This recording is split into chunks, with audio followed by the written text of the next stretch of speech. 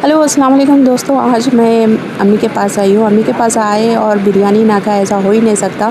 तो इतनी मज़े की शानदार बिरयानी बनी थी, चिकन बिरयानी। तो हम पूरे बहना एक साथ वीकेंड्स पे आ जाते हैं, तो मैं इसकी रेसिपी शेयर कर रही हूँ। चलिए, अल्लाह हाफ़िज़।